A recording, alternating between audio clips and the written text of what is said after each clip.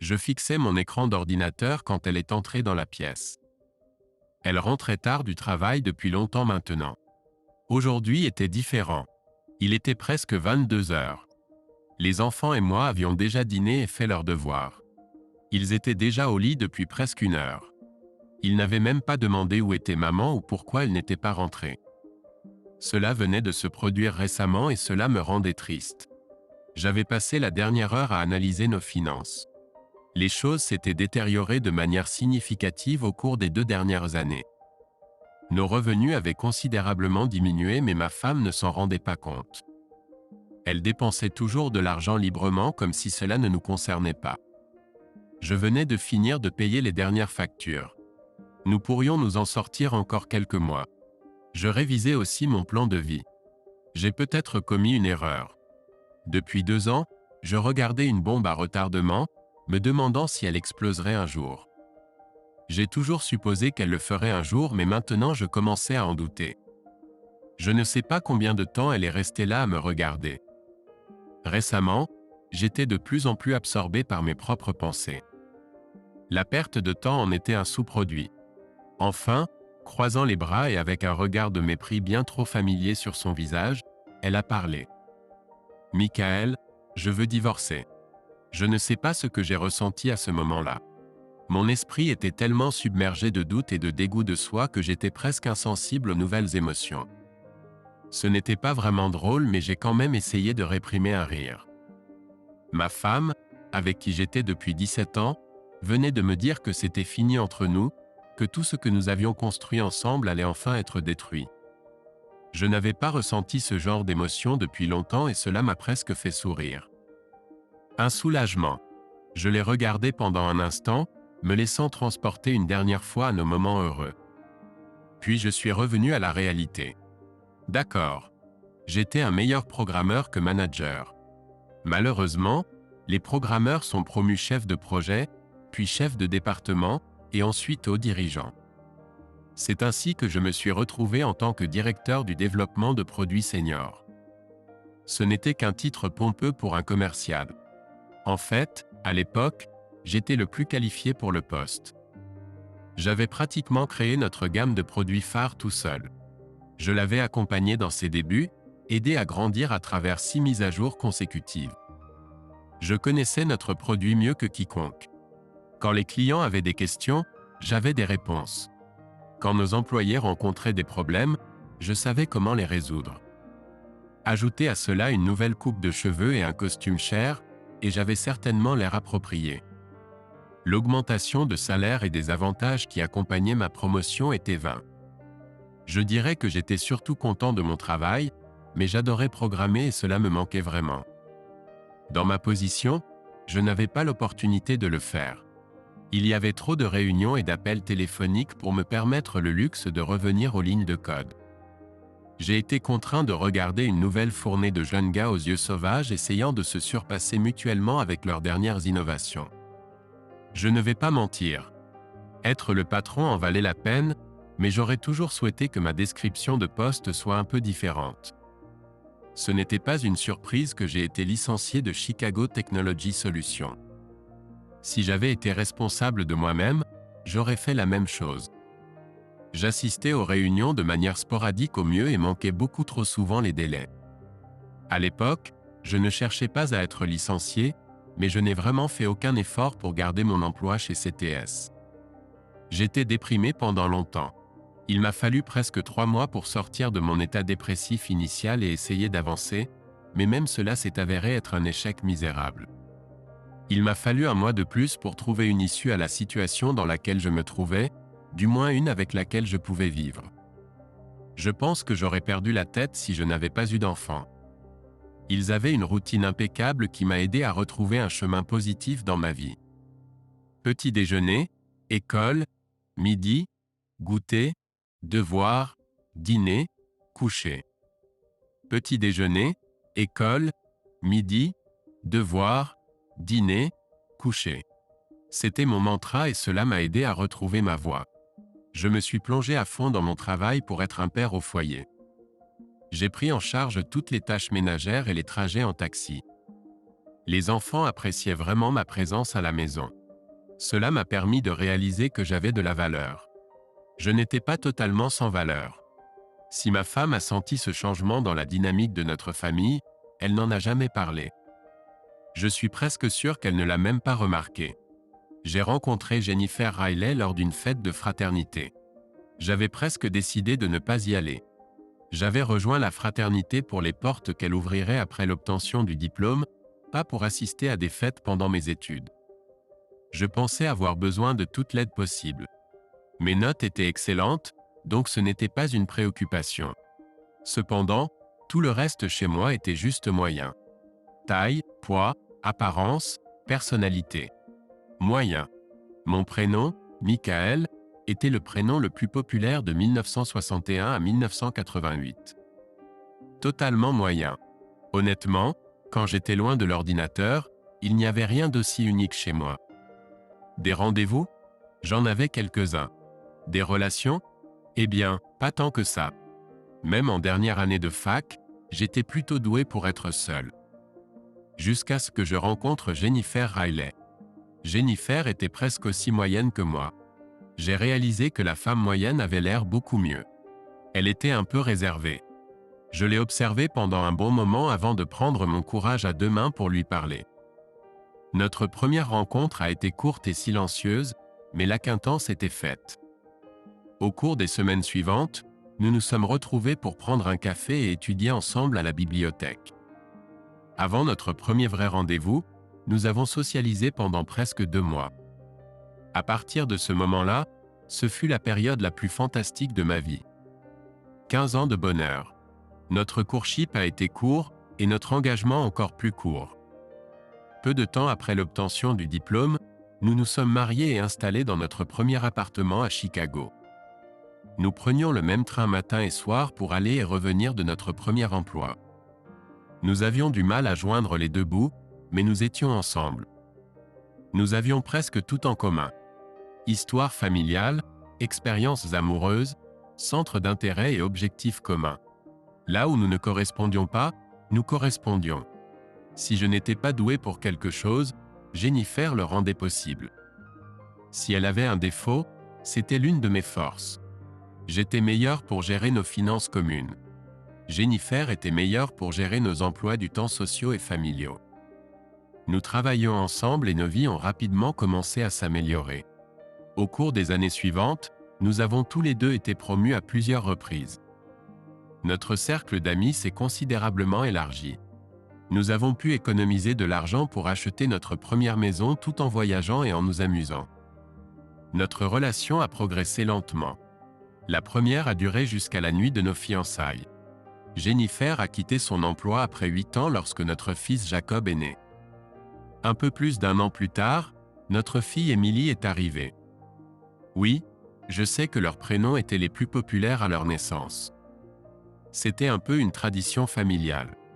Nous avons acheté une maison de 3 chambres en banlieue qui avait de la place pour un chien. Nous avons acheté une berline familiale et un minivan. Dans l'ensemble, notre vie se déroulait plutôt bien. 2 enfants, un animal de compagnie, une maison et 2 voitures. Une vie parfaitement ordinaire. Je ne pensais pas pouvoir être plus heureux. J'avais tort. Ma promotion au poste de manager est arrivée peu de temps après le premier anniversaire d'Emily. Ensuite, j'ai eu l'impression d'avoir été récompensé pour des années d'ignorance en tant que membre moyen et de ne pas m'en plaindre. Comme je l'ai dit, mon nouveau salaire n'était pas à négliger et nous ne l'avons pas fait. J'avais un horaire flexible, travaillant de chez moi la plupart de la journée, me rendant au bureau pour des réunions avec le personnel et la direction. On dit que l'argent ne peut pas acheter le bonheur. Je crois que c'est vrai. Mais ce que vous pouvez acheter, ce sont des vêtements élégants et des soins, de meilleurs soins de santé, une nouvelle maison dans un meilleur quartier et de la confiance en soi. Je suis passé de moyen à légèrement au-dessus de la moyenne. Ma femme est passée de moyenne, que je trouvais belle, à légèrement au-dessus de la moyenne, que je trouvais sacrément belle. Notre vie, que je pensais toujours bonne, a atteint un nouveau niveau. Nous avons commencé à voyager davantage, à passer du temps avec nos enfants, à épargner de plus en plus pour la retraite. Lorsqu'Émilie est entrée à l'école primaire, Jennifer a décidé de reprendre un travail à temps partiel. Elle a rapidement trouvé un emploi dans une start-up de marketing où elle pensait prendre plaisir. Elle se rendait au bureau lorsqu'elle emmenait les enfants à l'école. Sa journée de travail se terminait lorsqu'il était temps de les récupérer. C'était la cerise sur le gâteau. Nous n'avions pas besoin de son salaire et nous avons pu l'épargner. J'ai projeté qu'au moment où les enfants auraient terminé leurs études universitaires, nous pourrions prendre notre retraite et vivre très confortablement. J'ai découvert par accident que ma femme me trompait, 3 mois avant notre 15e anniversaire de mariage. C'était le jour de mon anniversaire. J'ai en fait trouvé des preuves 2 jours avant mon anniversaire. Je ne le savais tout simplement pas. Il m'a fallu quelques semaines pour tout assembler. Je n'avais pas beaucoup réfléchi au fait que ma femme voulait jouer un rôle plus actif dans son nouveau travail. Cela signifiait qu'elle allait travailler quelques heures de plus par semaine et que je devrais aller chercher les enfants à l'école. Mais cela n'affectait en rien mon emploi du temps et j'en étais heureux. Lorsqu'après environ 3 mois j'ai remarqué qu'elle était souvent distraite, je lui ai demandé ce qui n'allait pas. Elle m'a répondu qu'elle cherchait à se retrouver au bureau et qu'elle était un peu stressée. J'ai décidé de prendre plus de responsabilités à la maison pour alléger un peu sa charge. Lorsque nos vies ont pris un mauvais tournant, nous en avons parlé. Elle a dit qu'elle vieillissait et qu'elle n'avait plus besoin de s'amuser comme un lapin. Pendant quelques semaines, notre vie s'est améliorée, mais ensuite elle a rechuté. J'ai hésité à aborder le sujet à nouveau de peur d'une dispute.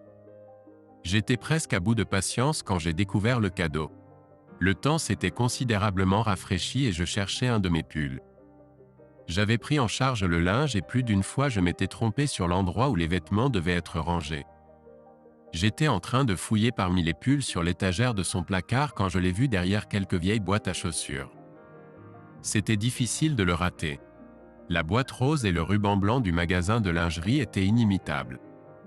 La carte postale adressée à « Bien-aimé » m'a captivé. Une petite guerre de pensées a éclaté dans ma tête un moment. Devrais-je regarder ou attendre? J'ai décidé d'attendre. Je n'étais pas sûr de pouvoir tenir jusqu'à mon anniversaire. Veuillez excuser l'emballage de ce cadeau. Vous pourrez ouvrir le vrai cadeau le jour de votre anniversaire quand je porterai ce qui est dans la boîte. Amour, Jennifer. Au cours des 48 heures suivantes, j'ai redoublé d'efforts.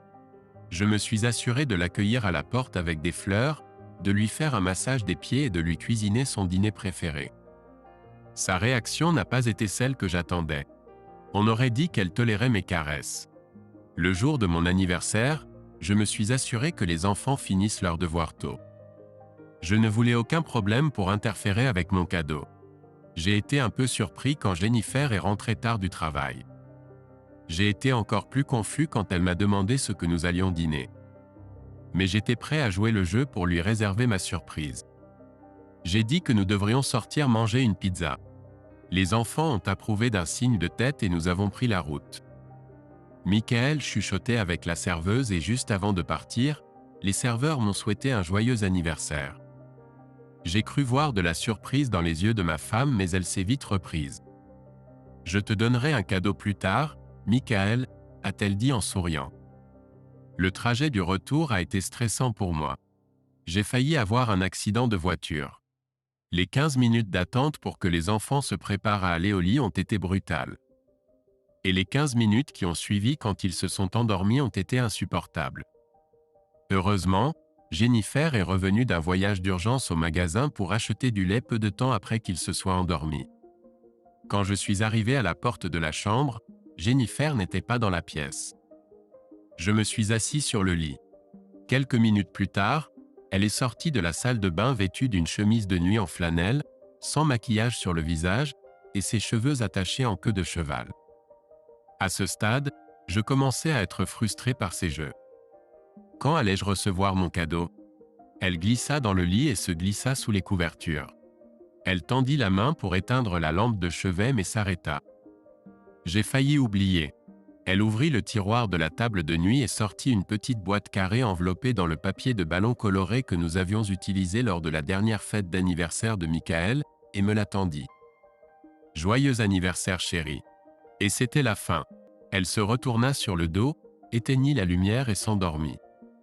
J'étais trop choqué pour même ouvrir son cadeau. Le lendemain, je suis devenu déprimé. Je rejouais les événements de la journée encore et encore dans ma tête et je ne pouvais pas comprendre ce que j'avais fait qui avait si clairement gâché notre soirée. J'étais complètement perdu. Pendant près de 2 semaines, je m'étais vautré dans mon désespoir. Ce maudit cadeau clignotait pratiquement en rose devant moi, annonçant mon échec. J'ai entendu tous les clichés. Le mari est le dernier à savoir, et ainsi de suite. Je dois être honnête et admettre que j'étais vraiment dans le noir. L'idée que Jennifer me trompe était tellement étrangère que je n'avais jamais envisagé cette possibilité. Mais c'était la première chose qui m'est venue à l'esprit quand elle a appelé à la maison 13 jours après mon anniversaire pour me dire qu'elle rentrerait tard. C'est l'anniversaire de Alan et l'équipe sort pour célébrer. Je risque d'être en retard. Je ne me souviens pas de ce que je lui ai répondu en marchant vers mon placard. Mais je me souviens avoir regardé l'espace vide où se trouvait autrefois mon cadeau. Je me souviens aussi de l'horrible douleur à la poitrine et des vomissements dans la salle de bain. Pendant plus longtemps que je ne veux l'admettre, j'ai pensé que j'allais faire une crise cardiaque. Et pendant quelques instants, j'ai espéré que ce soit vrai et que je mourrais bientôt. Alan Henderson était le patron de Jennifer, un publicitaire astucieux et négligé qui était quelques années plus jeune que Jennifer et moi. Je ne l'avais rencontré qu'une fois, mais je me souviens ne pas l'avoir beaucoup apprécié, surtout parce qu'il semblait si insincère quand il parlait. C'est Emily qui m'a ramené à la raison. « Ça va, papa ?» Il a fallu quelques secondes avant que mon regard se fixe sur ma fille, qui me survolait au bord des larmes. « Ça va, ma chérie. Papa a juste mangé quelque chose que son estomac n'a pas aimé. Je serai dehors dans 1 minute. » J'ai finalement réussi à sortir de la salle de bain, bien que je ne me souvienne pas de grand-chose par la suite. Je me souviens seulement avoir attrapé ma bouteille de scotch poussiéreuse. Jugé par le mal de tête du lendemain matin, je savais que j'avais bu quelques verres. Je ne savais pas quand Jennifer était rentrée. Quand je l'ai trouvée dans la cuisine en train de nourrir les enfants ce matin-là, elle ne semblait pas avoir vécu quelque chose d'inhabituel. Elle continuait juste ses activités habituelles. Ce n'est que le léger frisson que j'ai vu sur son visage quand elle s'est assise pour manger qui a tué tout amour restant en moi. C'était très subtil, mais tellement vrai. J'aurais aimé écrire sur la façon dont j'ai affronté ma femme infidèle, mais je ne l'ai pas fait. J'étais juste dévasté. Tout ce que je pouvais faire, c'était bouger. Et pendant des semaines, je ne me suis pas amélioré. J'étais comme un zombie. Chaque jour où je réalisais que ma femme était assise à la maison insouciante, je me sentais de plus en plus mal. Je me sentais comme si j'avais touché le fond. Ce n'est qu'à l'occasion de mon 15e anniversaire de mariage que je me suis secoué et ai décidé d'agir. Je n'aurais probablement rien fait. J'étais en train de faire l'indécis. Je le savais. J'aurais aimé dire que j'étais sous le choc. Il y a probablement un terme psychologique technique pour qualifier mon comportement. Si mon père était encore en vie, il dirait simplement que j'agissais comme une mauviette. Et il aurait eu raison. Ce n'est qu'au moment où ma femme a annoncé qu'elle devait partir à une conférence de travail que le brouillard s'est dissipé de mes pensées. Elle serait absente pour notre anniversaire. Je ne sais pas pourquoi cela m'importait. C'était juste un autre niveau de manque de respect. Mais cela m'a blessé, surtout parce qu'elle n'avait pas laissé entendre de quelque manière que ce soit qu'elle était au courant de la date. Après m'être enivré jusqu'à l'oubli la nuit de notre anniversaire, je me suis réveillé en colère. J'avais atteint ma limite. J'ai appelé mon avocat et pris rendez-vous. J'allais mettre fin à cette mascarade. J'étais sûr que ma vie ne pouvait pas être pire. J'avais tort. L'attitude avec laquelle je suis entré dans le bureau de l'avocat a été remplacée par un désarroi accablant. Je savais que le divorce pouvait être difficile. Je pensais que l'adultère de ma femme jouerait en ma faveur. Au lieu de cela, l'avocat faisait des trous dans mon dossier les uns après les autres. Je n'avais aucune preuve d'infidélité.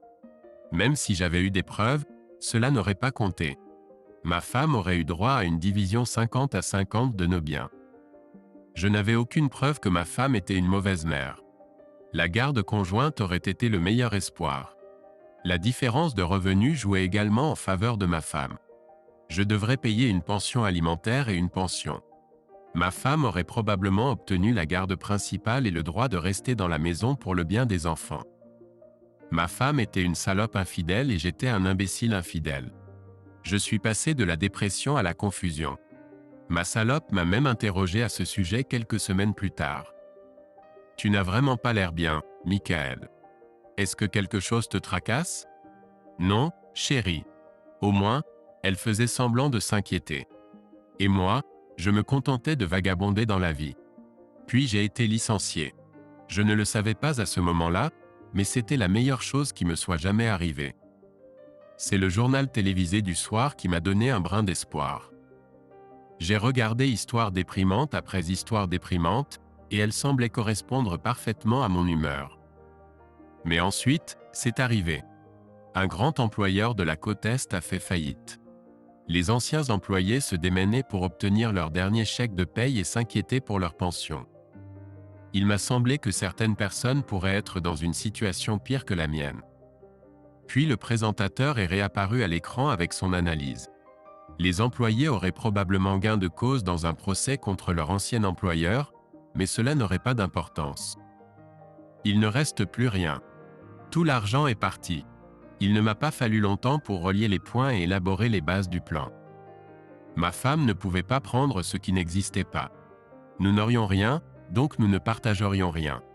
Bien sûr, en agissant ainsi, je me mettais dans tous mes états, mais j'allais déjà perdre la moitié. Alors est-ce que le reste m'importait vraiment? Mon plan a commencé assez simplement. J'étais au chômage et je n'avais pas l'intention de chercher un emploi. J'allais dépenser nos économies jusqu'à ce qu'il n'en reste plus. Il faut admettre que c'était une idée imprudente. Même moi, je ne pensais pas que ça marcherait. Mais c'était quelque chose à quoi je pouvais m'accrocher. 2 ans, c'est long. J'étais terriblement ennuyé quand j'étais seul, ce qui était la plupart du temps. J'ai réalisé que Jennifer était vraiment le cœur de notre groupe d'amis. Quand elle s'est éloignée de moi, j'ai découvert que je n'avais pas de véritables amitiés solides. J'étais fils unique. Mes 2 parents sont morts jeunes, mon père d'une crise cardiaque et ma mère d'un cancer. J'étais vraiment seul. Je sais qu'un récit détaillé de ma vie serait ennuyeux pour toi. Je peux facilement résumer ma vie en disant qu'elle était horrible. Pendant 2 ans, mes enfants étaient la seule chose positive dans ma vie. Je n'avais jamais dépensé de l'argent pour des choses superflues auparavant. Je gardais toujours les reçus de tout ce que j'achetais. J'ai commencé à retirer de petites sommes d'argent chaque semaine et à les économiser. Après environ 2 mois, j'ai réalisé que nous ne dépensions pas assez vite pour faire une différence. Apparemment, j'étais doué pour économiser de l'argent et moins pour le dépenser.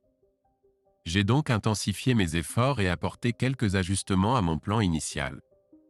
Je me suis inscrit à un programme MBA exécutif. L'université était chère mais locale. J'ai dépensé près de 120 000 $ en une fois. J'ai payé comptant pour un nouveau SUV de luxe, 60 000 $ envolés. J'ai entièrement financé les comptes d'épargne éducation des enfants. Cela a coûté encore 260 000 $. J'ai dépensé des milliers pour un nouveau dressing et j'ai commencé à retirer de plus en plus d'argent liquide 2 fois par semaine. Je déposais les enfants à l'école, pâchais à la banque, puis me rendais au bord du lac. Je ne jouais jamais avec l'argent que j'emportais. Quelques dollars ici et là pour m'amuser d'une manière ou d'une autre. J'ai dépensé suffisamment pour montrer que j'avais passé la journée au casino, y compris des chèques pour le déjeuner, les collations et le parking. La majeure partie de l'argent allait dans le coffre-fort mural de notre garage. Mon propre trésor de guerre post-divorce au cas où les choses tourneraient mal. Mon autre achat coûteux? Une surveillance privée permanente de ma femme et de son amant. J'ai demandé tout ce dont j'avais besoin, vidéos, photos, un journal quotidien des événements. J'ai honte de dire combien cela m'a coûté. Vous vous demandez probablement si ma femme a remarqué mes dépenses. Je dirais que oui, à l'exception du jeu. Je devais lui dire comment je transférais de l'argent aux enfants car j'avais besoin de sa signature sur les comptes de garde. Elle a vu ma voiture de près. Elle n'a jamais rien dit à ce sujet. Je suis sûr qu'elle pensait que je travaillais et que nous vivions toujours dans l'aisance. Elle a fait quelques achats aussi, mais je n'ai jamais rien dit. Je me suis souvent demandé qui bénéficie le plus de ces achats de lingerie. Nous n'avons simplement jamais abordé le sujet. Nous étions cordiaux l'un envers l'autre et communiquions quotidiennement. C'était comme si nous tolérions chacun un colocataire que nous n'aimions pas particulièrement. Le sexe? N'y pense même pas. Passer du temps avec mes enfants était le point culminant de mon existence. J'ai fait de mon mieux pour soutenir tout intérêt qu'ils avaient. Nous avons fait nos devoirs et joué à des jeux ensemble. Nous sommes allés dans les parcs, avons fait du vélo et sommes allés au cinéma. Depuis que j'ai pris le rôle de cuisinier à la maison, ils semblaient intéressés à m'aider. J'ai trouvé quelques recettes faciles et les ai laissés les réaliser. Jennifer apparaissait généralement à un moment de la semaine. Je ne l'excluais pas de notre temps en famille, mais je ne cherchais pas non plus à l'impliquer. Si elle était là et voulait participer, elle le faisait simplement sans dire un mot.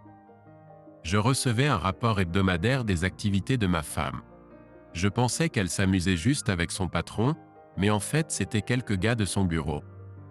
Après quelques mois, les clients de l'entreprise se sont ajoutés à sa liste de danse. Est-ce que ça m'a blessé? Pas vraiment. Je pensais déjà qu'elle était une salope. Le fait d'avoir maintenant la preuve ne m'a pas du tout blessé. Ce n'était pas une lecture très intéressante. D'une certaine manière, j'étais soulagé, mais pas vraiment. Il était clair qu'Alan Anderson n'était pas un amant très habile, bien qu'il ait la capacité de répartir ses dons parmi plusieurs femmes différentes. Cela m'a quelque peu surpris. J'avais supposé, en fonction de son cadeau, qu'il y avait une sorte de relation entre lui et ma salope, mais en réalité, ils étaient plus comme des copains idiots. Elle se laissait simplement faire. Il en était de même avec la plupart des 6 autres hommes. Mais il y avait un client, un petit nerd avec des lunettes et une pochette à stylo pour consolider son statut de geek, qui a vraiment donné à Jennifer. Les photos et vidéos étaient trop granuleuses pour dire si elle aimait ça, mais ça avait l'air assez douloureux pour moi. Malgré les cours, les enfants et le jeu, j'avais beaucoup de temps libre. J'ai donc décidé de me concentrer sur ma vie après le mariage, que j'assumais viendrait un jour. J'ai commencé à faire de l'exercice. J'avais toujours été en forme décente, mais certainement rien d'exceptionnel. Pendant ce temps, j'ai réalisé de bons progrès en développé couché et en course d'endurance. Je crois que les gros muscles et le physique avantageux sont surtout une question de génétique, et je ne correspondais clairement à aucune de ces catégories. Cependant, personnellement, j'étais très satisfait de mon apparence. J'ai commencé à me renseigner sur les dernières nouvelles de mon ancienne industrie. J'ai décidé qu'à un moment donné j'aurais besoin d'un emploi. Une année loin de la folie m'avait laissé très en retard, à mon avis. J'ai passé plusieurs heures chaque jour à me renseigner sur les dernières technologies et logiciels. J'étais particulièrement intéressé par mon ancienne entreprise, CTS. Il semblait stagner. Ils ne perdaient certainement pas de part de marché. Leurs revenus étaient stables, mais ils ne gagnaient pas en dynamisme. Dans le secteur de la technologie, si vous restez immobile, vous perdez. J'ai également passé beaucoup de temps à étudier le divorce. Une partie de mon temps était consacrée à élaborer de nouveaux plans rusés pour ruiner la vie de ma future ex-femme. Cependant, la plupart de mon temps a été consacré à étudier comment le divorce affecte les enfants. J'avais déjà traversé la plupart de ma douleur, et les enfants y avaient joué un grand rôle. Je voulais m'assurer que lorsque leur transition viendrait, je serais pleinement préparé. Il y a tellement d'informations là-bas que je pensais être complètement absurde.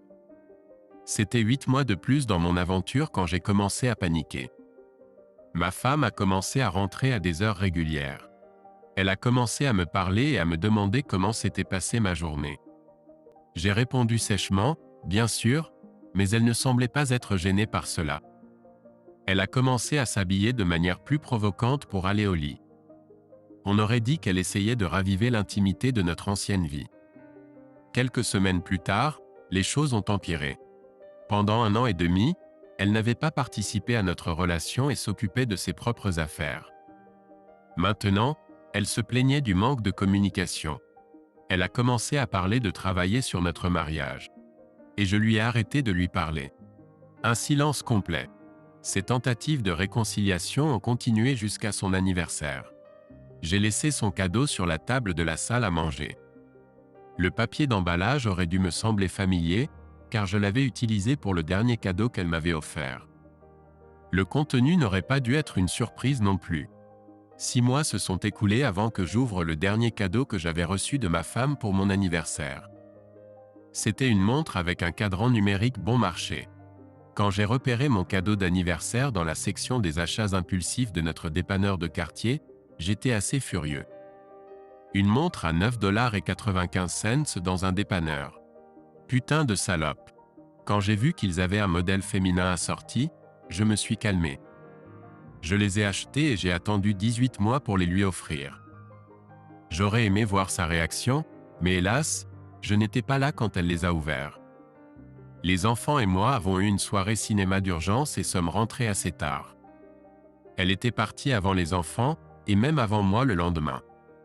Soudain, tout était revenu à la normale. Jennifer passait de plus en plus de temps au bureau. Nous parlions à peine quand elle était à la maison. Et enfin, elle a dit « Michael, je veux divorcer ». J'espérais qu'elle en finisse rapidement, mais il a fallu presque une semaine avant que je ne reçoive sa demande. C'était presque risible. Pension alimentaire et pension pour les enfants. Distribution inégale des biens en sa faveur. L'abus mental et émotionnel répertorié comme facteur pertinent. J'ai attendu jusqu'au lundi suivant avant d'emmener les enfants faire du camping. Je ne voulais pas qu'ils soient là quand j'allais lâcher les chiens. Nous sommes rentrés 6 jours plus tard, reposés et rafraîchis. Jennifer nous attendait à la maison. Elle était assise seule dans le salon. Je pense qu'elle devait avoir la grippe intestinale. En tout cas, elle n'avait pas l'air bien. Je me demandais quelle était la plus grande surprise pour moi. J'avais demandé le divorce pour cause d'adultère. J'ai demandé la maison, la seule propriété réelle qu'il nous restait, et la garde exclusive des enfants. J'ai demandé une pension alimentaire pour moi et les enfants car j'étais au chômage et avais 2 ans de garde à plein temps. J'ai intenté des poursuites pour aliénation parentale contre les 7 partenaires de Jennifer. Je n'avais aucune illusion sur le fait que j'en gagnerais une seule, mais la loi de l'Illinois me le permettait, alors je suis revenu armé. J'ai intenté des actions en justice civile contre son employeur et les entreprises des 3 clients qui profitaient du statut de prostituée de ma femme. Encore une fois, je ne pensais pas pouvoir gagner, mais la notoriété aurait pu jouer en ma faveur. Enfin, j'ai envoyé un DVD des meilleurs moments de Jennifer à ses parents et à sa meilleure amie pour qu'elle sache que je n'avais pas peur d'en profiter. Elle devait être au courant des preuves que j'avais contre elle. Tout était répertorié dans ma contre-plainte, mais je ne voulais prendre aucun risque. Les enfants ont pris une collation et sont allés dans leur chambre pour se préparer à aller au lit. Ils n'ont pas prêté attention à leur mère. Elle n'a pas bougé pour s'adresser à eux. Je me suis dirigé vers le réfrigérateur pour prendre une bière. Ensuite, je me suis dirigé vers le salon et me suis affalé dans le fauteuil en face de Jennifer. Elle ne m'a pas regardé pendant longtemps. Je savourais simplement ma bière. En plus de ne pas se sentir bien, elle semblait pleurer pour quelque chose. Peut-être était-elle blessée? Finalement, elle a parlé, mais presque à voix basse. « Tu vas me ruiner ». J'ai attendu qu'elle relève les yeux pour voir son regard quand j'ai répondu. Cela a pris quelques secondes. Mon Dieu, j'espère bien. Je pensais que ce moment serait plus intense. Quand une larme unique est apparue dans son œil et a roulé sur sa joue, je n'ai rien ressenti. Tu me détestes à ce point? Non, Jennifer, je ne te déteste pas. Détester demande de l'effort. Je peux honnêtement dire que je n'ai absolument pas fait d'effort en ce qui te concerne. Tous mes efforts vont dans le fait de prendre soin de moi et de mes enfants. Mais je suis ta femme. Arrête. Je ne vais pas laisser une merde comme toi salir le bon nom de ma femme. Ma femme était une femme aimante et attentionnée, mon meilleur ami, ma compagne, et la mère de mes enfants. Elle est morte. Et tu es la putain qui a pris possession de son corps. Ne parle pas comme si tu avais quelque chose à voir avec moi. Il s'est écoulé longtemps avant qu'elle ne parle à nouveau. Que suis-je censé faire maintenant? Est-ce une question rhétorique ou veux-tu vraiment ma réponse? Je ne lui ai pas laissé répondre avant de continuer. Je suppose qu'il y a plusieurs options pour résoudre ton problème. Tu pourrais partir très loin et essayer de recommencer une nouvelle vie. Ce serait l'option que je choisirais. Je ne laisserai jamais mes enfants passer du temps significatif avec toi, donc cela ne devrait pas influencer ta décision de rester de quelque manière que ce soit. Ou je suppose que tu pourrais essayer de rester ici. Traîner en ville, essayer de garder la tête haute. Mais qui sait qui entendra parler de tes petites aventures ou qui voudra embaucher une putain comme toi? Peut-être que tu t'attacheras à un perdant qui se moque que tu sois une putain. Mais quel genre de perdant serait-ce? Ou tu pourrais te tuer. J'espère vraiment que tu ne choisiras pas cette option. Cela me priverait de te voir souffrir comme la chienne que tu es. Mais bon, je ne suis pas sûr que mon avis importe à une chienne comme toi. Il n'a certainement pas compté quand tu as décidé de t'amuser avec ton patron. Je rêvais de prononcer ce discours depuis des mois. J'aurais dû être excité à l'idée de le faire. En regardant mot par mot tandis que ce qu'il restait de son esprit s'effondrait, j'espérais obtenir un peu de satisfaction. Mais au lieu de cela, je ressentais un vide. La vie après le divorce a été ambiguë. Les choses allaient bien mieux avec les poursuites judiciaires que je n'avais espérées. J'ai reçu un peu plus d'1 million de dollars de compensation de la part de 3 entreprises dont les employés avaient couché avec ma femme. C'était surprenant car mon avocat m'avait dit de ne pas m'attendre à grand-chose. Lors de l'analyse post-match, nous avons décidé qu'après qu'il ait traité l'entreprise de mon ex-femme, il ne voudrait pas s'engager dans une publicité négative. Nous avons détruit l'entreprise de mon ex-femme grâce à des motions de découverte, des dépositions et des fuites à la presse. J'ai également lancé ma propre campagne secrète, envoyant des emails aux PDG de leurs clients restants avec des informations sur ma femme, son patron et leurs amis. Voulez-vous vraiment être associé à cette entreprise quand tout partira en vrille? Ça a pris du temps, mais progressivement, leurs revenus ont diminué. Les employés qui ne voulaient pas être associés au scandale ont démissionné. Finalement, ils ont déposé le bilan. Allen Henderson a été licencié et a quitté la ville dans la disgrâce. Le chèque de 200 000 dollars que j'ai reçu était plus petit que mes autres victoires, mais bien plus satisfaisant. Je n'ai rien obtenu des poursuites de saisie. Je ne pensais pas en obtenir. Cependant, 4 épouses et divorces successifs ont mis leur mari à terre. Ce n'était pas que du champagne et des roses. Dans le processus, je me suis moi-même blessé. Il n'était pas rare que je rencontre quelqu'un qui était au courant de ma situation. Les railleries et les moqueries ont dégénéré pendant un moment. Je ne sais pas si c'était heureusement ou malheureusement, mais je m'en fichais. Je me sentais déjà comme un perdant, donc les paroles des autres ne me touchaient pas. Certains de ces salauds étaient en fait assez malins. J'ai réussi à protéger mes enfants de la plupart des effets secondaires. Cela avait toujours été ma principale préoccupation. Ils ont été tristes pendant un moment, mais se sont vite remis. La plus grande victoire a été mon retour chez CTS en tant que vice-président de la conception et du développement. Une façon de me changer les idées par rapport à mes tourments personnels était de revenir à la programmation. En 2 années confuses, j'ai pu développer un module complémentaire pour le logiciel principal de CTS qui lui permettait de s'intégrer facilement à 2 autres logiciels concurrents populaires. J'ai lancé ma propre entreprise et j'ai commencé à vendre mes développements. Moins d'1 an plus tard, j'ai reçu des offres des 3 entreprises pour acheter ma société et mon logiciel.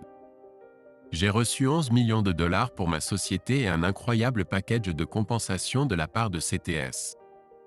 J'envisageais la retraite depuis un certain temps, mais en raison de mon absence totale de vie sociale, j'étais sûr de devenir un reclus si je ne me donnais pas une raison de sortir de la maison chaque jour. Mes nouveaux revenus m'ont permis d'embaucher une gentille vieille dame pour servir de gouvernante et de baby-sitter pour les enfants. 1 an plus tard, Madame Marlène Jensen a emménagé avec nous à plein temps, s'installant dans un appartement au-dessus du garage de notre nouvelle maison. Elle était comme une grand-mère pour mes enfants, surtout douce et gentille, mais stricte quand il le fallait. Ce que j'appréciais le plus, c'étaient les conseils qu'elle pouvait donner à mes enfants, ceux qui viennent uniquement de la sagesse de l'expérience.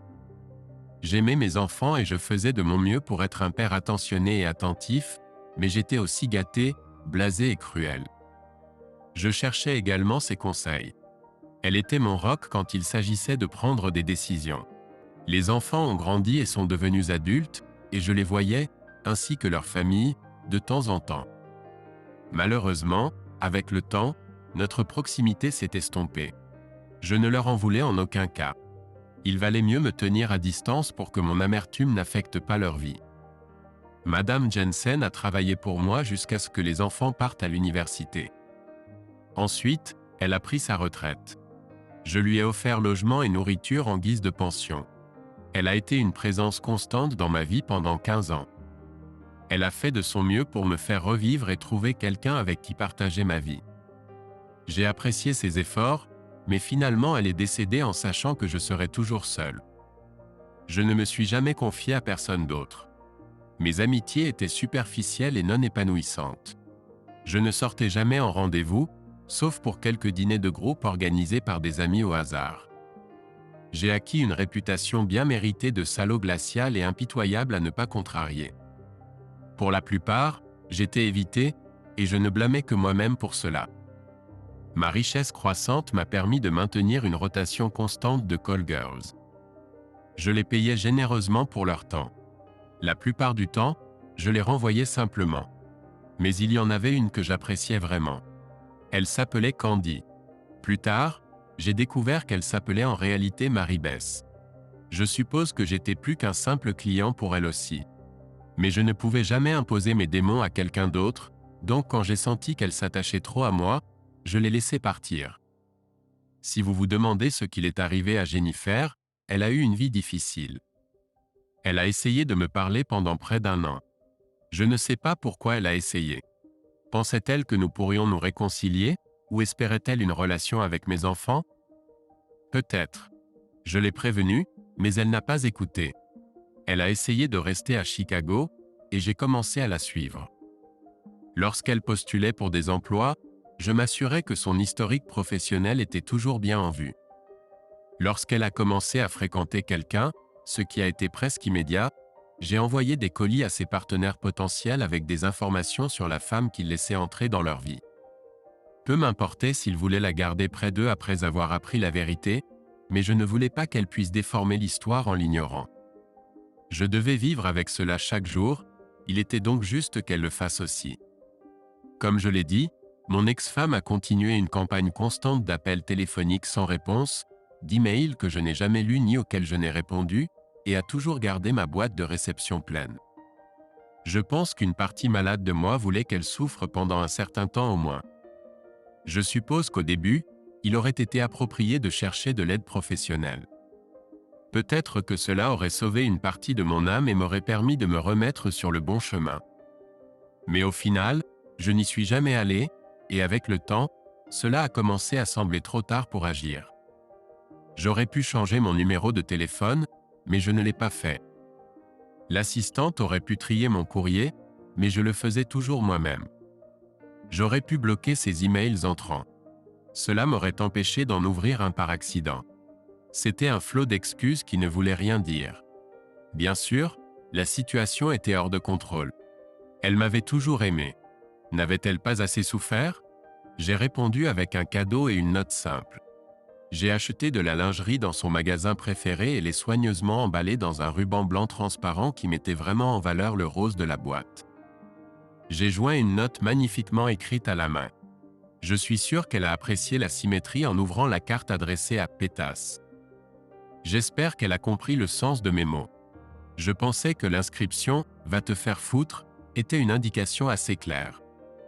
En fait, il y avait une expression plus crue là-dedans, mais je serai poli avec vous. Un de ses prétendants potentiels essayait de me rendre responsable de tourmenter mon ex-femme. Il est apparu sur le pas de ma porte, plein de courage liquide, m'a poussé en arrière et m'a fait tomber à la renverse en ouvrant la porte d'entrée. C'était son erreur. Comme je l'ai dit précédemment, je ne suis rien d'exceptionnel. Je n'avais pas suivi de cours d'arts martiaux ou de forces spéciales. J'étais juste un gars ordinaire. Je n'ai jamais été violent. Bon sang, je n'avais même jamais été dans une bagarre. Mais ce que j'avais, c'était de la rage, une haine pure et non dépensée pour ma femme et ses amants. Il a été le malheureux destinataire de ma sortie. J'ai fini avec une belle bosse et une côte cassée.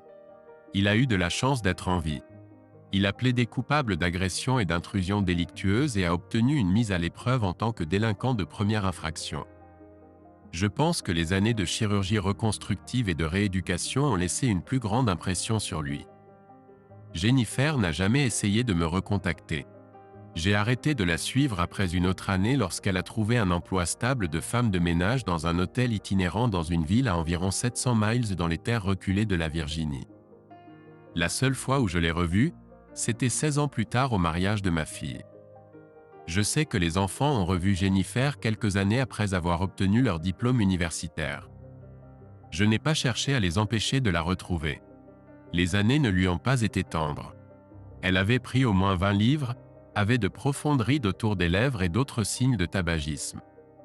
C'était un nouveau phénomène. Dans l'ensemble, elle avait l'air vieille et épuisée. Mais sous tout cela, je voyais toujours la femme à qui j'avais donné mon cœur. Je ne ressentais rien pour elle, mais je la voyais. Elle était assise seule dans l'église nuptiale près du mur du fond. Son interaction avec ma fille a été brève, cordiale, mais détachée. Elle n'a pas cherché à me parler. Pour le reste de la soirée, nous ne nous sommes jamais approchés à moins de 30 pieds l'un de l'autre. Elle était debout dehors en attendant un taxi. Quand j'ai vu la bague à son doigt, j'ai souri pour la première fois depuis longtemps. Peut-être qu'elle avait une meilleure situation que moi, à en juger par la petite bague en or et le maigre diamant sur l'annulaire de sa main gauche. Je me suis approché d'elle et l'ai fixée pendant quelques instants. Quand j'ai relevé la tête et croisé son regard, une profonde tristesse se lisait dans ses yeux. « Au fait, c'est toi qui as ruiné ma vie en premier. » J'ai regardé sa main gauche, puis de nouveau dans ses yeux. « Je suis content que tu aies trouvé quelqu'un. J'espère qu'il te rend heureuse. » Je me suis rapidement dirigé vers ma voiture. Mon chauffeur m'attendait déjà attentivement. « Bonsoir, Monsieur Smith. J'espère que vous avez passé une agréable soirée, monsieur. Allons-nous au club ? Ça s'est aussi bien passé que je l'espérais, Jonathan. Rentrer directement à la maison me conviendrait. Je pense que j'aimerais être seul ce soir. Bien sûr, monsieur. Alors que nous nous éloignions, j'ai fait de mon mieux pour ne pas regarder en arrière, mais j'ai eu un bref aperçu d'elle. Au revoir. Michael Smith n'était pas un bel homme. Rien ne le distinguait au premier regard, mais il était très doux, agréable à regarder et intelligent. Et il était différent des autres gars. Notre première rencontre a eu lieu probablement lors de la pire nuit de ma vie universitaire. Mes sœurs de la sororité m'avaient planté en plein milieu d'une fête de fraternité. Elles avaient promis de rester ensemble toute la nuit, mais ont sauté sur la première occasion pour s'amuser avec quelqu'un de la foule populaire. J'ai attendu pendant 2 heures qu'ils reviennent, tandis qu'une bande d'ivrognes me draguait, quand il s'est enfin approché de moi. Michael m'a regardé droit dans les yeux. Il s'est présenté poliment et a fait la conversation pendant quelques instants. Il parlait presque à voix basse, mais ses yeux ne quittaient jamais les miens. Après un moment, il est parti. C'était un plaisir de discuter avec vous, Jennifer. J'aimerais vous inviter à prendre un café un de ces jours. Voici mon nom et mon numéro de téléphone si vous êtes intéressé. Merci de m'avoir parlé. C'était le moment fort de mon semestre. Je dois avouer que j'ai failli ne pas l'appeler. J'ai attendu un peu plus d'1 semaine avant de décider quoi faire. Nous nous sommes retrouvés pour prendre un café. Il m'a posé toutes sortes de questions. Je l'ai trouvé très facile à aborder. C'est pendant cette première conversation que j'ai réalisé ce qui le rendait unique. En apparence, il était calme et discret. Il n'était pas mal du tout. Peut-être même était-il un peu beau. Mais il était brillant. C'était évident. Il pouvait parler de n'importe quel sujet et était bien versé dans toutes les questions que je lui posais. Il a dit qu'il étudiait l'informatique, mais évidemment il aurait pu choisir n'importe quelle autre filière. Nous avons commencé à parler de mes matières, en particulier celles avec lesquelles j'avais des difficultés, notamment la philosophie antique. Je me spécialisais en commerce et publicité. Malheureusement, j'avais repoussé quelques-unes de mes matières optionnelles les moins appréciées, et j'avais un peu plus de mal que je l'espérais. Les yeux de Michael ne se détachaient pas de moi. Tout comme lors de notre première rencontre, il m'a regardé droit dans les yeux tout le temps que nous parlions. Son intention était claire. Il était vraiment intéressé par moi en tant que personne. J'étais flatté. Il a suggéré que nous étudions ensemble à l'union étudiante ou à la bibliothèque. 3 jours plus tard, nous étions de nouveau ensemble. Je n'appellerais pas ça étudier. Je préférerais appeler ça du tutorat avancé. Michael a passé 3 heures à la bibliothèque vendredi soir, me donnant l'aide dont j'avais besoin pour bien réussir mon examen de philosophie. Quand je ne comprenais pas quelque chose, il s'excusait pour ses méthodes d'enseignement et essayait quelque chose de différent. Il était tellement patient. Il ne me faisait jamais sentir stupide quand je ne comprenais pas quelque chose.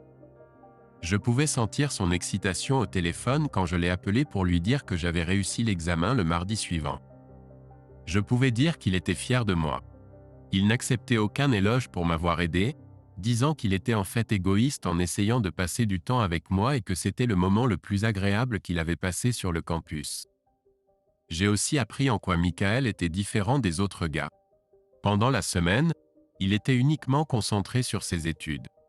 Pas de fête, pas de boisson, rien qui puisse être considéré comme une distraction. Au début, ça m'énervait. Mais ensuite, ça a commencé à m'agacer. Pendant les semaines suivantes, nous n'avons pas eu de rendez-vous que je qualifierais de réel. Mais il m'appelait tous les jours juste pour me parler et voir comment j'allais. Il me laissait des notes pour me faire savoir qu'il pensait à moi. Nous nous retrouvions toujours pour prendre un café ou à la bibliothèque, et 1 ou 2 fois nous déjeunions ensemble. Quand nous étions ensemble, il continuait à me poser des questions sur moi et ma famille, mes intérêts et mes rêves. Si je lui posais des questions, il était ouvert et honnête. Un jour, je lui ai demandé s'il avait peur de quelque chose. C'était ma question de rendez-vous préférée. J'avais lu dans un magazine que cette question vous aide à comprendre à quel point une personne vous fait confiance. J'étais prête aux réponses typiques des gars. Dans le passé, elles allaient de rien à ce que je quitte l'université sans avoir eu de rendez-vous correct. Michael est resté silencieux pendant 1 minute, regardant dans le vide. Puis il m'a regardé dans les yeux et a dit « J'ai peur de ne pas être un bon père. » J'étais enfant unique. Ma mère et mon père sont décédés quand j'étais au lycée, mais nous n'étions jamais très proches. J'ai vécu avec mon oncle jusqu'à ce que je termine le lycée. C'était un séducteur et nous avions très peu en commun. Je pense qu'il était soulagé quand je suis parti pour l'université. Je veux me marier. Je veux des enfants. Mais je n'ai pas l'expérience de vivre dans une famille aimante et soutenante. Je veux être un bon père, mais j'ai peur de ne pas savoir comment faire. Quand il est resté silencieux, je pense qu'il cherchait une sorte de réponse. Trop ? A-t-il demandé. Non, Michael. Pas trop. Juste assez. Environ 4 semaines après le début de notre relation, Michael m'a demandé si j'avais le samedi de libre. J'ai répondu que oui, et il a dit qu'il passerait à la sororité à l'heure du déjeuner. Les jours précédant ce samedi étaient étranges. Je demandais sans cesse à Michael ce qu'il prévoyait. Il ne me disait rien. Mes sœurs de la sororité me souriaient et chuchotaient. J'étais sur les nerfs quand il est finalement arrivé. Il était habillé en vêtements bordeaux et bleu ciel. Ses 3 frères de fraternité étaient habillés de même et portaient une grande glacière et 2 énormes plateaux de nourriture. Michael tenait un DVD dans une main et un maillot de West Ham pour moi dans l'autre, un sourire illuminant son visage. Il m'a demandé de lui montrer la grande pièce de la maison. Lorsque nous avons tourné le coin, la plupart de la maison était habillée aux couleurs de West Ham et a commencé à chanter. J'étais choqué. Une fois, pendant peut-être 30 secondes, j'ai râlé de manquer le voyage de ma famille en Angleterre. J'avais un cousin éloigné qui faisait partie de l'équipe du club, West Ham United, et ma famille avait prévu un voyage à Londres pour le voir jouer. Malheureusement, le voyage est tombé pendant une semaine d'examen très importante pour moi, et je n'ai pas pu y aller. J'étais très déçu et j'ai partagé cela avec Michael. Il a demandé à un ami dans un bar sportif local d'enregistrer le match de West Ham par satellite. Il a étudié les chants de l'équipe, les a appris à ses amis et à mes sœurs de sororité, et a regardé le match pour savoir quand les entonner. Lui et ses amis ont apporté plusieurs caisses de bière anglaise et ont cuisiné du poisson et des frites. Pendant le match, nous avons chanté, bu et encouragé. À la 72e minute, il a fait taire tout le monde et m'a dit de prêter attention à l'écran. J'ai pu voir mon cousin marquer son premier but en Première Ligue, enregistré avec un léger décalage bien sûr. Personne d'autre dans ma famille n'aurait pu dire ça. C'était la plus belle chose que quelqu'un ait jamais faite pour moi. Quand c'était fini, lui et ses amis ont rangé après eux et ont pris la route.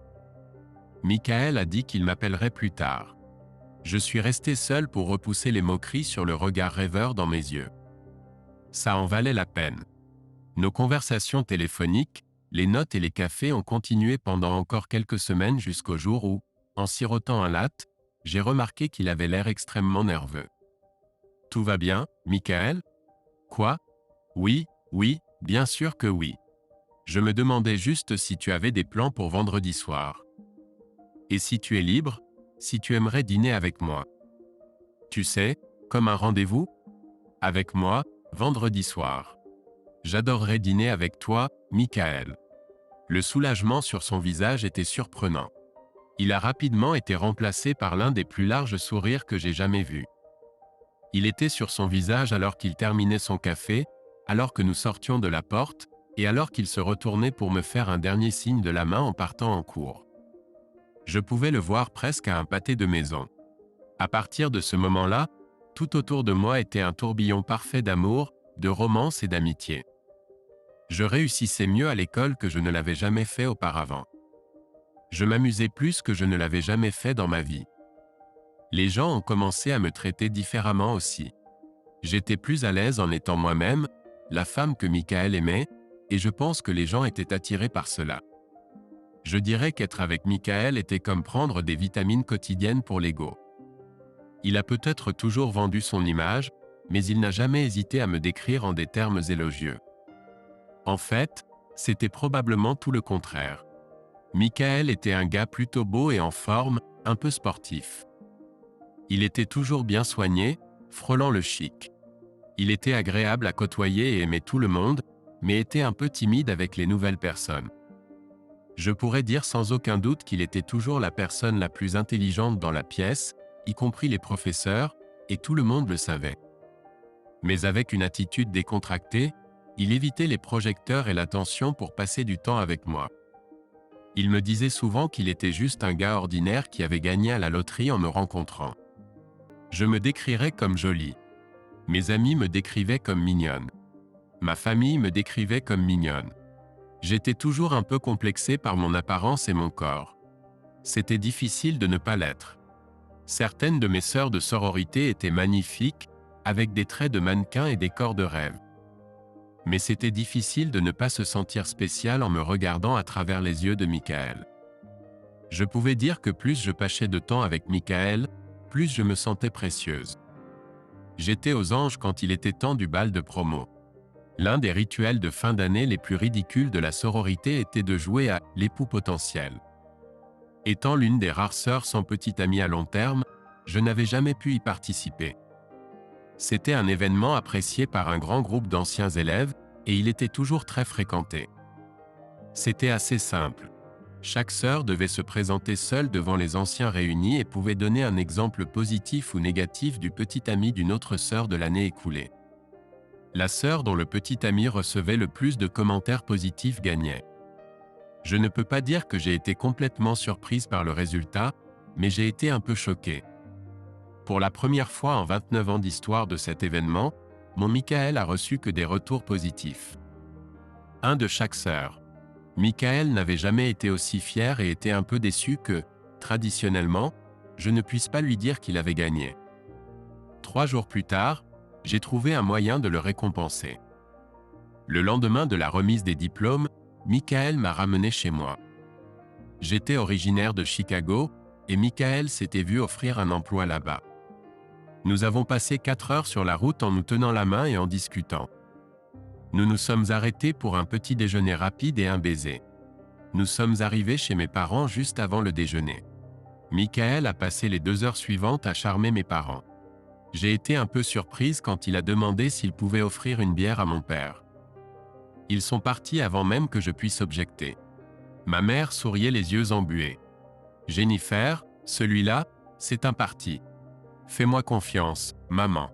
Je sais. » Michael et mon père souriaient et riaient jusqu'à la porte d'entrée lorsqu'ils sont finalement revenus 2 heures plus tard. Michael m'a dit qu'il reviendrait me chercher pour dîner après s'être enregistré à l'hôtel, a dit un rapide au revoir à mes parents et est parti. La dernière chose qu'il m'a dite, c'est qu'il avait demandé la permission à mon père de m'épouser. Cette nuit-là, je ne l'oublierai jamais. C'était magique. Après un dîner italien merveilleusement romantique, Michael m'a demandé en mariage sur la terrasse de la Willis Tower. C'était une belle soirée claire, et les lumières de la skyline de Chicago presque égalaient l'éclat dans mon cœur. Être vierge à l'université causait toujours une légère gêne. Je suis sûr d'être la seule sœur de la sororité restée vierge à la maison. Mais cette nuit-là, c'était un cadeau précieux, faisant partie de l'ensemble assorti. Michael s'est donné à moi cette nuit-là. Je pouvais le sentir. Il était patient, aimant et tendre. Je n'aurais pas pu rêver d'un contact plus parfait. Je lui ai demandé où il avait appris à être un amant aussi fantastique. Modeste comme toujours, il a chuchoté.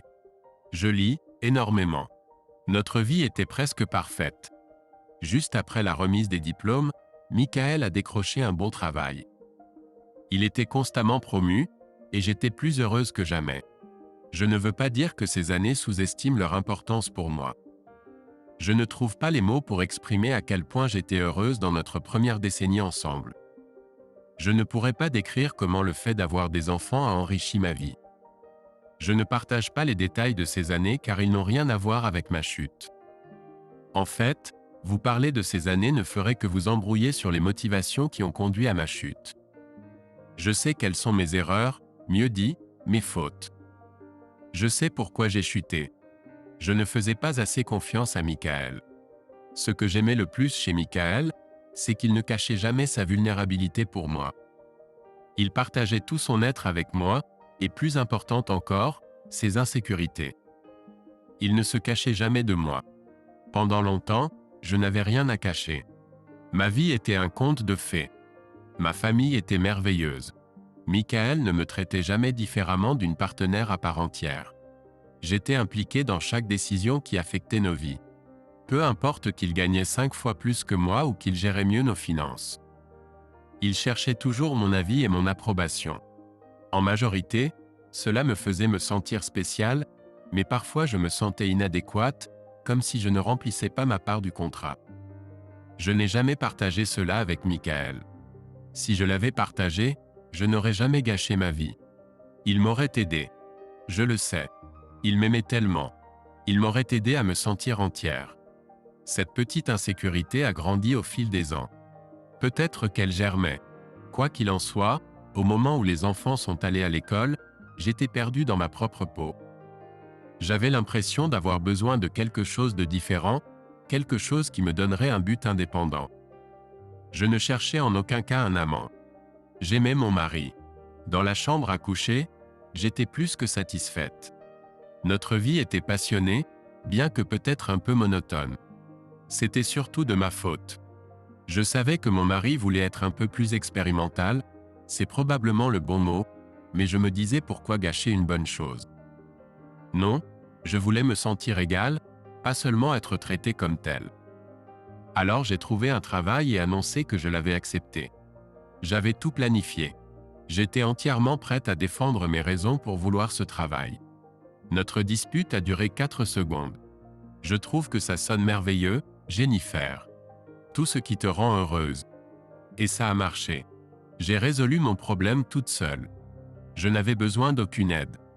La pure vanité de mes pensées durant ces premiers mois m'a rendu malade par la suite. Mais c'était excitant à l'époque. J'avais l'impression de pouvoir affronter le monde en tant que femme indépendante et confiante. L'ambiance dans notre bureau pouvait être qualifiée de flirtante. Au pire, on pourrait le décrire comme un repère de débauche. Mes collègues, hommes et femmes, étaient jeunes, impétueux et énergiques. Il y avait quelques flirts internes entre eux. Il n'y avait pas de relation. Personne ne semblait le cacher ou penser qu'il y avait quelque chose de mal. Mon patron était probablement le pire de tous. Alan Henderson était un gars plutôt bel homme, bien que pas exactement mon genre.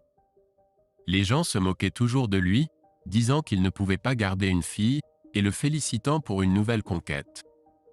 Je ne me suis pas précipité au lit avec le premier gars qui m'a dragué.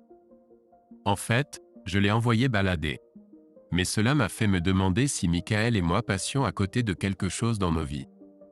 Notre groupe d'amis était assez discret à ce sujet. Il n'y avait pas une seule conversation dans notre quartier qui se rapprochait ne serait-ce qu'un peu du déluge quotidien que j'entendais au bureau. Après notre première fête de Noël d'entreprise, quand j'ai présenté Alan à Michael, ma vie a changé pour toujours. Je pouvais dire qu'il ne s'appréciait pas, même s'il faisait semblant de bien s'entendre. J'ai arrêté de parler à Michael de mon travail et je n'ai jamais mentionné Alan. Je pouvais voir que mon travail et mon patron le dérangeaient. Après cette nuit-là, j'ai remarqué que les choses avaient changé au bureau également. Alan a commencé à me prêter beaucoup d'attention, à louer mon travail en public et à me demander comment je me sentais. Il a commencé à me proposer de déjeuner avec lui. Nous avions toujours de longues discussions sur notre dernier projet. Il a commencé à me demander mon avis de plus en plus souvent. Ensuite, il posait quelques questions personnelles et nous revenions au travail. Il a également commencé à me complimenter sur mon apparence. Avec le recul, je peux dire qu'il a travaillé sur moi pendant des mois et je l'ai absorbé comme une idiote. Je ne me souviens pas de la série exacte d'événements qui ont mené à cela. C'est avec le plus profond regret que j'avoue avoir apprécié chaque minute. La séduction habile d'Alan m'a fait me sentir désirable. Des émotions que je pensais depuis longtemps disparues. Des années plus tard, en analysant mon comportement, j'ai réalisé la profondeur de ma trahison. Je ne sentais pas que Michael me désirait car je ne lui donnais rien à désirer. Je connaissais le genre d'homme qu'il était. Il ne ferait jamais rien qui me mettrait mal à l'aise. J'étais sa véritable partenaire et amante chérie, pas sa petite amie pour s'amuser. Mais il était très perspicace. Le moindre indice de ma part aurait suffi. Le moindre signe que je voulais autre chose aurait eu des conséquences dramatiques. Une analyse douloureuse de ma vie de couple a révélé que Michael cherchait évidemment avec précaution toute opportunité pour dynamiser nos vies et que je l'ignorais. Je suis terriblement honteuse d'admettre que j'ai fait tout cela et plus encore pour Alan. Il s'est avéré que j'étais une prostituée à ses yeux. Je m'étais trop investi dans ma relation avec Alan avant de réaliser la vérité. J'ai offert Alan à moi-même pour son anniversaire. Le contraste avec Michael était saisissant et a changé ma façon de penser presque immédiatement. Alan ne m'aimait pas et je faisais une terrible erreur. J'ai dit à Alan que notre liaison était terminée dès le lendemain. Il a ri et m'a poussé hors de son bureau. Le colis était sur mon bureau quand je suis revenu du déjeuner. Avec une note pour être dans le bureau d'Alan à 5h30. Le contenu du colis garantissait mon accomplissement. Les photos d'Alan sont devenues un verrou qui m'a enchaîné à lui et à l'enfer que ma vie allait devenir pour l'année et demie à venir, et au-delà. Passer un bon moment avec mes deux collègues qui m'attendaient dans le bureau d'Alan était très agréable comparé à ce que j'aurais à faire pendant ces 18 mois. Permettez-moi de dire simplement que j'étais la prostituée de l'entreprise et Alan était mon souteneur et je le détestais presque autant que je me détestais. J'ai essayé de toutes mes forces de trouver une issue et j'ai continué à échouer. Ce n'est que lorsque je n'ai plus pu accepter l'immoralité de mes actes que la solution à mes problèmes est venue d'elle-même. Lorsqu'on m'a demandé d'amuser un type bizarre dans une salle de conférence pleine de gens, j'ai réalisé que j'en avais assez. J'avais trouvé la solution qui m'avait échappé si longtemps. Le courage. J'ai dit à Alan que j'en avais assez et je me fichais à qui il montrerait les photos. Il a juste ri et c'était fini. Je me sentais tellement stupide. Je dois dire que lorsque je me suis réveillé de mon cauchemar, j'ai été surpris de l'état de notre maison. Michael et les enfants semblaient très bien se débrouiller sans moi. Dans un coin de ma tête, je pensais qu'ils auraient du mal à affronter la vie dans le genre de négligence que je leur avais imposé. Mais il s'est avéré que c'était exactement le contraire. Il semblait que je n'étais pas nécessaire du tout. Michael était clairement aux commandes. Il avait une nouvelle voiture, de nouveaux vêtements, et avait l'air d'un cadre réussi. Je me sentais terriblement quand j'ai réalisé combien de temps j'avais négligé ma famille. J'ai décidé à ce moment-là que je redévouerais ma vie à eux et ferais tout ce qui était en mon pouvoir pour réparer ma trahison. Mais une distance s'était installée entre nous qui n'avait jamais existé auparavant. Je me demandais souvent depuis combien de temps cela durait. Michael ne levait jamais la voix contre moi. Nous ne nous disputions jamais, mais il me traitait comme une intruse. J'ai décidé de mettre le meilleur de moi-même en avant. J'ai essayé de le séduire. Rien n'a fonctionné. Il me touchait à peine.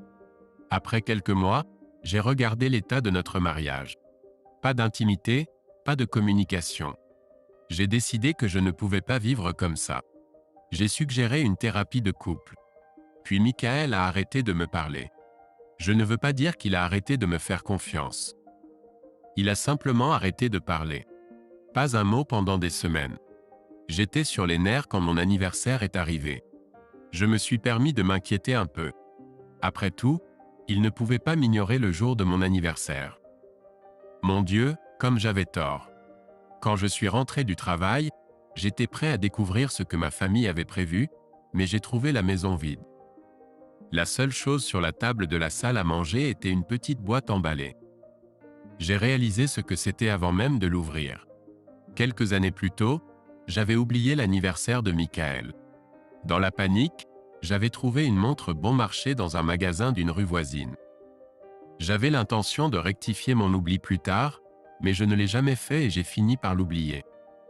Mon cadeau était une erreur, mais son cadeau était calculé.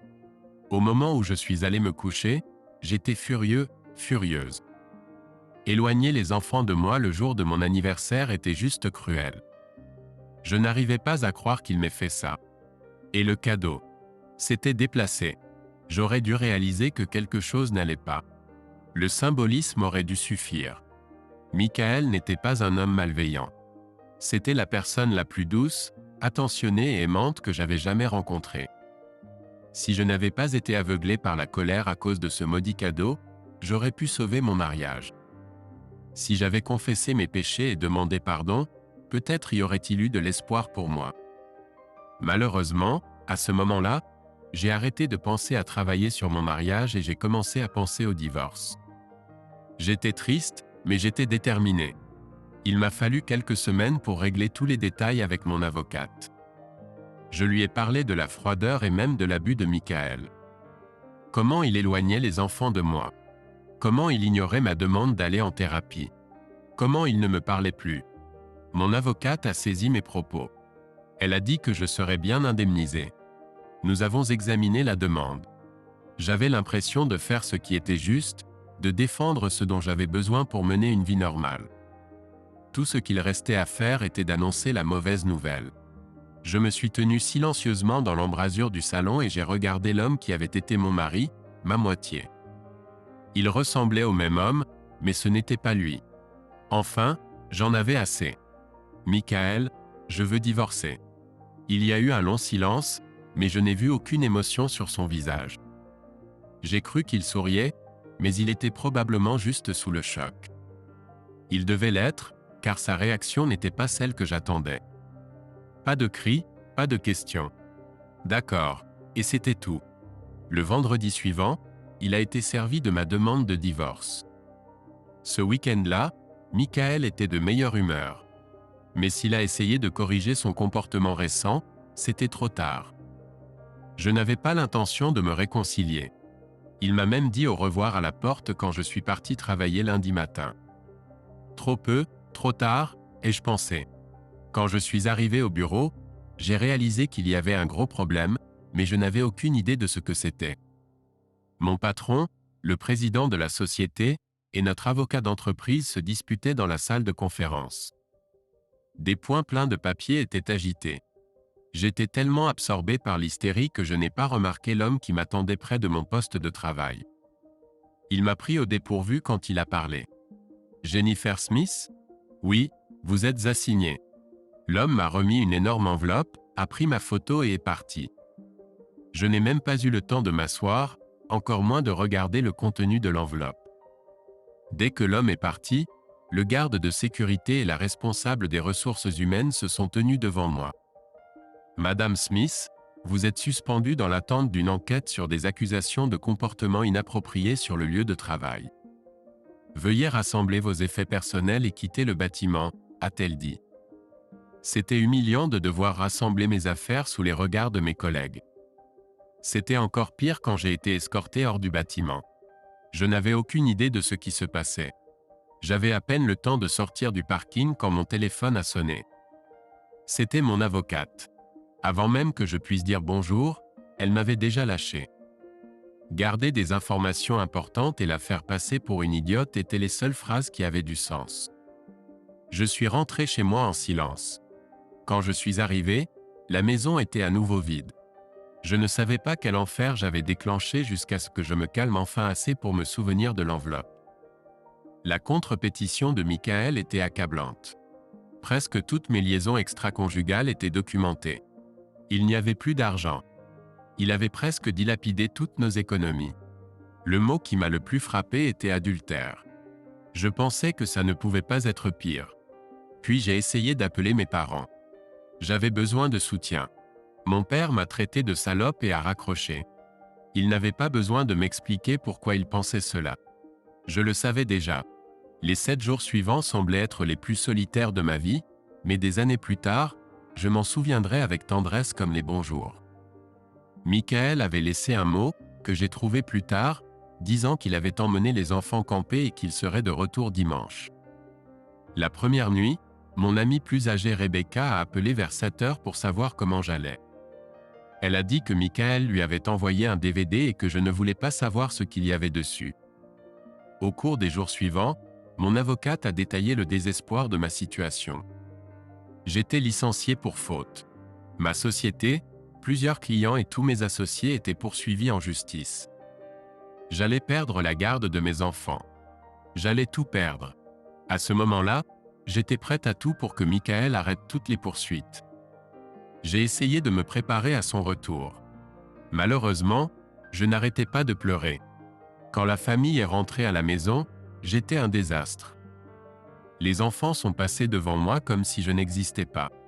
Michael est entré quelques minutes plus tard, une bière à la main, l'air de s'en moquer. J'ai à peine réussi à parler. « Tu vas me ruiner ». La pure haine dans sa voix m'a détruite. Mon Dieu, j'espère bien. Quand j'ai essayé d'aborder le sujet de notre histoire en tant que mari et femme, il m'a traité de salope. À ce stade, je ne lui parlais même plus. Je pensais à voix haute. Mais Michael s'est lancé dans une diatribe qui a duré plusieurs minutes. Salope, pute, garce, salope. Chaque mot me déchirait. Je me suis effondré. Puis il s'est levé et a quitté la pièce. Je peux honnêtement dire que je n'ai pas abandonné. J'ai essayé de faire fonctionner les choses avec Michael, mais il ne voulait pas me parler. Je me demandais comment Michael et les enfants se débrouillaient sans argent, mais apparemment ça allait. Parfois, je me faufilais pour les voir les déposer ou les récupérer à l'école. Je ne pouvais pas trouver de travail et je recevais des allocations chômage. Mes parents ne voulaient pas me parler. J'avais besoin d'un endroit où vivre et j'ai commencé à aller de chez un ami à un autre, principalement des hommes divorcés. Personne ne voulait me garder longtemps. Sur les conseils de mon avocate, j'ai commencé à consulter un thérapeute. Elle croyait que si je me repentais de mon comportement et essayais d'obtenir de l'aide professionnelle de mon propre chef, cela m'aiderait au tribunal. J'avais très peu d'espoir.